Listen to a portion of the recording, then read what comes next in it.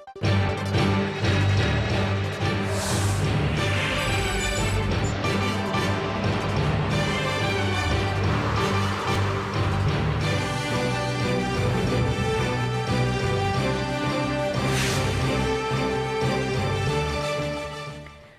2 in the afternoon on Tuesday, August 26 here in Korea. Live from Seoul, I'm Laah Hyun-kyung. Let's check out the stories we are following at this hour.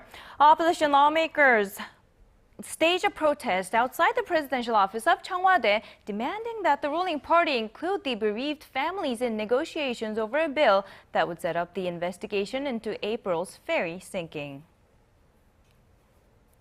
Torrential rainfall lashes Korea's southeastern region, including the port city of Busan, leaving 12 people dead or missing. Search and rescue efforts continue. And U.S. President Barack Obama reportedly authorizes surveillance flights over Syria after the Syrian government says it's ready to work with Washington in fighting Islamic State militants. It's a complete paralysis at the National Assembly. The ruling party is not budging, and the main opposition party has now started a sit-in protest. This as the bereaved families of April's ferry sinking wish to have more say in setting up the details of a probe into the accident. Connie Kim has our top story. Members of the main opposition party are protesting outside the presidential office of Cheong Wa Dae, joining dozens of members of bereaved families who have been camped out there since Friday. The protesters are calling on the ruling party to let the families of victims from April's ferry disaster take part in making decisions regarding a probe into the tragedy. The rival parties have been unable to come to terms on a special bill that would launch the investigation. In the morning, floor leader Park Young-sun read out a letter of support for the ferry victims' families. We stand firmly against the groundless rumors aimed at the victims' families that are dividing the people. Park called on the ruling Saenuri party to sit down with the families to resolve the matters of contention and on President Park Geun-hye to join them. The ruling Saenuri party lashed back at the opposition party, urging them to immediately return to the National Assembly. Amid the deadlock, all legislative proceedings have been suspended, including an annual parliamentary audit that was scheduled for this Tuesday. With the main opposition party planning to continue the protest until the government and the ruling party listen to the requests of the victims' families, President Park's economic and reform drives have come to a grinding halt. Connie Kim, Arirang News. While the National Assembly is log-jammed over the ferry investigation, one person becoming anxious is Finance Minister Choi Kyung-hwan. A number of key bills aimed at revitalizing the nation's economy have been sitting on lawmakers' desks, and Choi has urged them to get moving. Son Jung-in reports. Standing alongside key policymakers on Tuesday morning, Deputy Prime Minister Choi Kyung-hwan sounded the alarm about the state of the Korean economy and called out lawmakers for their inability to pass a number of key bills aimed at reviving it. The pulse of our economy is weakening. If those bills related to the livelihoods of the people do not pass during this session, and if we fail to stoke the embers of economic recovery, the economy could go off the tracks and we would face difficulties in turning it around. While Che said he understands the importance of the so-called Seoul ferry bill, he also said that 9 economic bills which have been labeled as urgent need to be passed as soon as possible. Che also pointed out that at least 30 other pending bills need attention as well, all intended to stabilize people's livelihoods. The finance minister asked that lawmakers show leadership moving forward. Son Jung-in, Arirang News. The state-run financial regulator says it will lift more than 90% of its sanctions on financial institutions in a bid to stamp out protectionism in the sector. The Financial Services Commission adds this will help encourage the institutions to take more risks in giving out loans to startups and small to mid-sized businesses. These plans were reported to President Park Geun-hye at her economic advisors meeting this morning. The FSC also talked about incentives for banks that financially support innovation and technology-based firms. Now, on a separate note, the advisors also suggested a nationwide inspection of safety management as well in light of the April ferry disaster. Officials plan to prevent disasters by having security agents attend to dangers reported by the public through smart applications. Now, record downpours leading up to Monday have cost lives and done damage to Korea's southeastern Gyeongsangnam-do province. At least 5 people were killed and more are missing. Connie Lee reports. In Changwon, southeast Korea, a city bus is swept away in flash floods caused by heavy rain. Caught in the fast-moving currents, the bus tips onto its side, and in an instant, it disappears, submerged under the rushing water. At least 1 person was killed in this incident. This is just one of the unfortunate effects of the record rain that drenched southeastern Korea on Monday. Measuring up to 130 millimeters per hour, the torrential rains hit Korea's port city of Busan and nearby regions in Gyeongsangnam-do province, causing landslides, flooding cars and houses, and halting rail services and flights in and out of Guinea airport. Officials from the National Emergency Management say at least 5 people were killed and several others were left missing from the torrential rain and flash floods. On Tuesday morning, police continued the search for the missing, with fears that the bodies could have been swept into the nearby ocean. For those confirmed dead, some drowned inside their cars that were stuck in a flooded underground road, while others were swept away by floodwaters. A 65-kilowatt nuclear power plant was also shut down after rain began to seep into the water intake facility. Within 3 hours, more than 240 millimeters of rain fell in Changwon, Busan, and other surrounding cities. Weather officials say showers are expected this week in central and eastern parts of Korea, with the monsoon season lingering until mid-September. Connie Lee, Arirang News.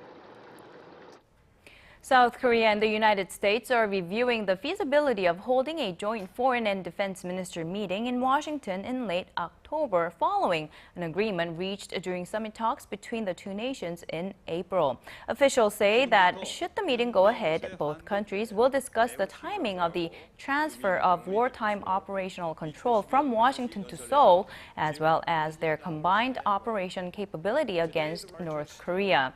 Now, although the envisioned meeting would be around the time of the scheduled security consultative meeting in October, it will highly depend on the ministers' schedules. If the meeting does happen, it will mark only the 3rd meeting of its type between the two nations. And amid the ongoing joint military drills between South Korea and the U.S., North Korea has upped its verbal attacks. Pyongyang's deputy ambassador to the UN says the regime might consider unleashing a powerful counterstrike. Shin Se-min has more. North Korea's deputy ambassador to the UN Lee Tong-il says Pyongyang is ready to enhance its countermeasures to the joint military drills between Seoul and Washington. The DPRK is close to the use of nuclear weapons. They are to take nuclear preemptive strike with all different means of power, including nuclear weapons. The North Korean envoy also expressed his frustration with the UN Security Council after it failed to acknowledge Pyongyang's request for an emergency meeting in response to the South Korea-US drills. The ambassador said the UN's inaction sends the wrong message to the international community, and the Security Council is encouraging the US to continue its provocative and dangerous joint military exercises against the North. The North Korean official also showed a slightly softer side. In all these proposals are reflected the principled position of the DPRK on easing of the tension and bringing the national unity. North Korea has been heavily critical of the joint South Korea-US exercises since they kicked off on August 18th. Earlier this month, Lee said the drills, which mobilized tens of thousands of South Korean and U.S. troops, were the root cause of the prolonged tension on the Korean peninsula. Shin Se-min, Arirang News. Russia's foreign minister has dismissed a speculation that North Korean leader Kim Jong-un is planning to travel to Russia soon for talks with Russian President Vladimir Putin. In a press briefing Monday, Minister Sergei Lavrov said the reports out of South Korea were categorically not true. This as a media outlet in Seoul reported that Kim was planning a trip to Moscow in late August or early September, a visit aimed at countering Chinese President Xi Jinping, who came to Seoul last month before visiting Pyongyang. Korea's new ambassador to Japan, Woo Heung-soo, says the Japanese government must apologize for its historical wrongdoings before any summit talks can take place. The ambassador, however, says he will do what he can to improve the frosty ties. Kim Min-ji has more. Korea's new ambassador to Japan says Seoul and Tokyo need summit talks, but only after Japan shows sincerity about its historical wrongdoings, including the sexual enslavement of Korean women. Speaking to reporters after his inauguration ceremony on Monday, Woo Heung-soo, a four-term lawmaker, said talks need to take place in order to improve bilateral ties, a sentiment he believes is also shared by President Park Geun-hye. However, he added that before they are held, Japan must show some sort of action, especially regarding the sex slave issue, and when the summit is held, an outcome should be delivered. He said abnormal relations between the two countries, which have hit a low in recent months, should not continue, adding that he'll do all he can to better bilateral ties. Yu also highlighted the importance of security cooperation between the two amid continuous nuclear threats from North Korea. The ambassador also noted that next year should be a new starting point for Korea and Japan as they mark the 50th anniversary of diplomatic ties. Kim Min-ji, Arirang News. In the year 2012 for Korea was at its record high. All of the day's important events close to home and around the world. Join Laah Hyun-kyung live from Seoul. Shopping market thinks the true meaning of creation shines through. Now, in the U.S. stock market, the S&P 500 index topped the 2,000 mark for the first time on Monday and ended at a closing record of 1,997, up 9 points or 0.5% from the previous trading day. Analysts say although it was only for a short while, reaching the milestone is an impressive accomplishment given that the index had tumbled to below 700 in early 2009. Each of the 10 primary sectors on the S&P advanced on Monday despite cautious signals from the reduction in stimulus from the Federal Reserve and a simmering conflict between Ukraine and Russia. And back here in Korea, daily trading volume on the Korean bourse rose to an average of 6.4 trillion won. That's about $6.3 billion this month, up about 40% from the end of last year, according to data from the Korea Exchange. Individual share investors' deposits at brokerage houses also surged by about $2 billion during the period. The rise in turnover was due partly to U.S. investors who increased their holding in Korean shares by about $1.4 billion last month. Now, the benchmark Kospi index was trading at around 2,070 as of 2 p.m., up from the 2,011 recorded on the last trading day of 2013.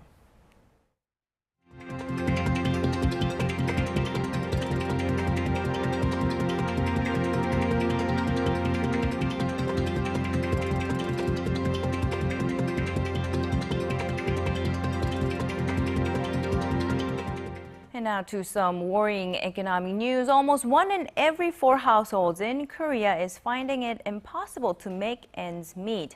According to Statistics Korea, the ratio of households with 2 or more people whose spending exceeds their disposable income reached 23% in the second quarter, up 0.9 of a percentage point from the same period last year. The agency says the rise came as the growth of disposable income failed to catch up with consumption spending. Disposable income rose 2.8%, while spending jumped 3.1% from a year ago. Korea's corporate culture is set up much like Korean society, which is based on Confucianism. Employees are used to taking orders from above without questioning and are often criticized for expressing new ideas. But IT companies here in Korea are apparently taking steps to change that culture. Yoo Rian has more. Korean IT companies are creating a more casual work environment to promote creativity. Daum Communications, which is set to merge with Korea's largest messenger application company, Kakao Corporation, says it will have its 1,600 workers refer to each other with English names by October. It's intended to eliminate the hierarchy that's standard in Korean culture, where employees are socially obligated to address each other by their position and seniority instead of by their first names like in the West. Daum believes the change will allow young staffers to more freely express themselves and enhance communication and cooperation in the process. Naver Corporation took a step in the same direction recently when it said that its employees will stop referring to each other by their positions and use Mr. or Mrs. along with their Korean names instead. Could the seemingly minor changes bring about real changes to Korea's innovation potential? A recent innovation index ranked Korea 16th out of 77 countries, higher than Japan or China. But when it came to the so-called tolerance index, which measures how much a society tolerates different values and thoughts, Korea was ranked near the bottom at 61. With Korea's rigid and hierarchical corporate culture being blamed for stifling creativity, the IT companies are trying to break it down one English name at a time. Yurian, Arirang News. In other news, U.S. President Barack Obama has approved air surveillance flights of Islamic State militants in Syria. This comes after the Syrian government said it was ready to cooperate with the U.S. on countering the threat. Our Kwon So-ah has more.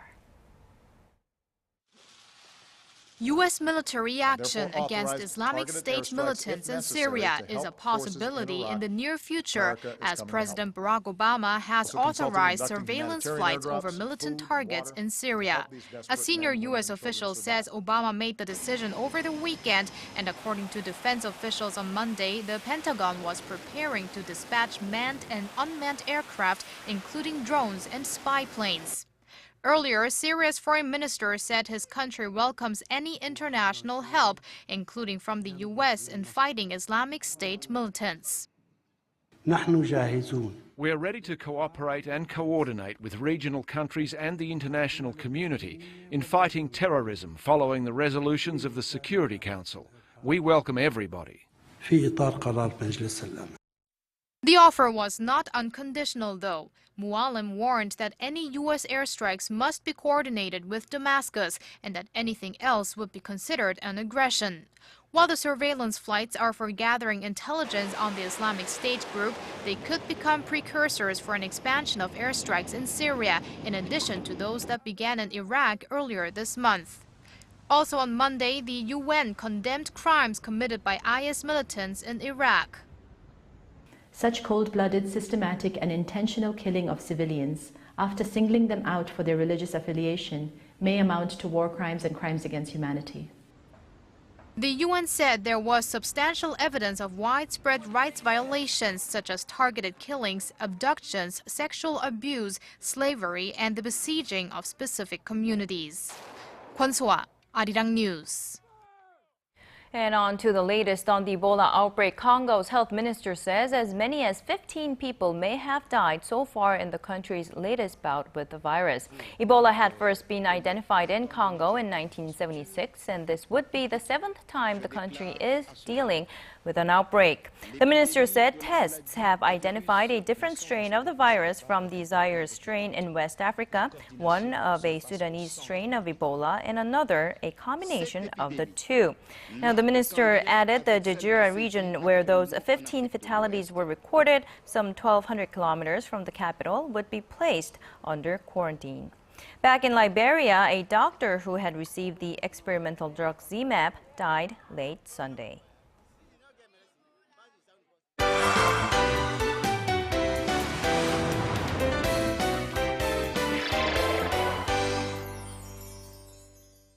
Now, Now, if you've been online at any point over the last few weeks, you are bound to have seen at least one person doing the ice bucket challenge. For the latest on this viral sensation, our Im Hyun-hee joins me today. Good afternoon. So if by chance you're not familiar with the ice bucket challenge, it's actually a fundraising activity aimed at raising awareness for ALS or Lou Gehrig's disease. Now, this activity involves dumping a bucket of cold water on your head or donating money. Now, many people have chosen to do both, but there has been some backlash and criticism against the ice bucket challenge, but one man's story aims to fight that. Take a look. In just a few days, the ALS bucket challenge has raised an additional $57 million since Arirang last reported 3 days ago. The total donation is now at almost $80 million as of today, according to the ALS Association. But one man's ice bucket challenge video is causing another viral wildfire, and has given the ALS Ice Bucket Challenge yet again another boost of energy. Uploaded just 1 week ago, Anthony Carbajal's Ice Bucket Challenge acceptance starts off just like any other, with maybe just a little more skin showing. However, after the deed has been done, he continues the video with a message to the public. Why did I do it? ALS runs in my family. My grandmother had it. She was a second mother to me. My mother was diagnosed when I was in high school. And 5 months ago, I was diagnosed at 26 years old. The heart-wrenching video received over 14 million views in just 1 week. And within that same span of time, donations to the ALS Association have increased almost 3.5 times as much, with a total now hovering around $80 million. Here in Korea, it's spreading like wildfire as well, and is proving to have no boundaries, as Haenuri Party members dump a bucket of ice water over the head of Chairman Kim Moo-sung. And of course, it's been contagious in the world of K-pop as well, sparking some very generous decisions. Superstar Rain has donated $98,200 to the cause, saying he hopes that one day soon they will find a cure. Even though the weather starts to cool, the fire behind the Ice Bucket Challenge doesn't look like it'll be dwindling anytime soon. So, I mean, yes, it's fun to watch and it's for a good cause, but there are also criticisms against the movement. Right, so this actually started in the United States, where they're currently facing a water shortage. Especially California right now is facing a severe water drought, and so people are saying that the water being used for this, this Ice Bucket Challenge is a waste of water per se. They said it's good to donate money, but at the same time, this water really needs to be conserved because it's precious. But really, you know, they're also worried because the money that's being funneled into the ALS Association right now, you know, it could go elsewhere. It could go to other foundations, but instead it's going to the ALS Association, which is good and bad at the same time. So they need to have more transparent procedures so the people who took part can see where the money exactly is going. But there are also concerns that other organizations or foundations are finding themselves in a, sticky position in a way. Compared to the ALS Association, they might receive less funding because of this viral sensation movement. So the money has to come from somewhere, so their other associations are really worried that they are going to receive much less funding this year. And you know, all of those associations really do deserve and need the funding they get. But there are also, some people are voicing concern about this becoming sort of a pattern, or so in the future, they're worried about the future, how some associations might actually use this to and try to mimic this kind of phenomenon. And that, you know, that has some pros and cons to it as well. So although the money is generated, you know, what's the cause, the morals, you know, moral issues, ethics, you know, a lot of things have to come into play. Not to mention injuries. I mean, some people are injured because of this. There actually have been a few injuries. I'm sure you've seen buckets falling on people's heads, so some severe injuries with that. But there also have been a few deaths attributed to this as well. And so, fortunately, a Scottish teenager did drown as a result of the Ice Bucket Challenge, according to them. And so we have to see, you know, keep an eye and see. Just really be careful. So it's a good cause, but you also have to be careful at all times. And in Korea, we saw lawmakers, heads of companies do it, and even just ordinary citizens take part in the movement. It is really catching on, right? So in the beginning, it was, you know, with the celebrities, the K-pop stars, but now it really has been spreading to the general public. So people from, you know, business company CEOs, everyday people, you know, many of my friends actually have been participating as well. And so in fact, our very own sportscaster SJ Lee actually participated. I saw that one. And so he called out a few other people from Arirang, so we'll have to see how far it goes here. Okay, all right. Thank you very much, Uni, for your report. report today. It was a pleasure.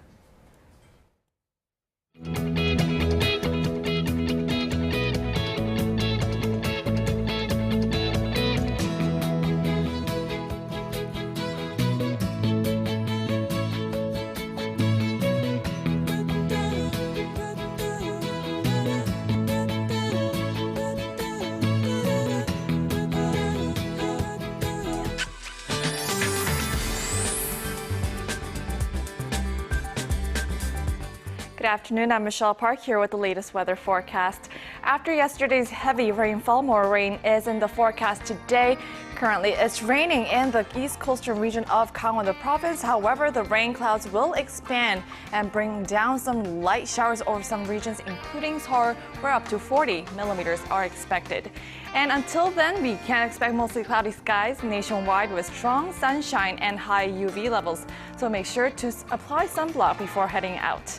And it seems like the temperatures will remain very similar to yesterday, ranging in the low 20s to the low 30s.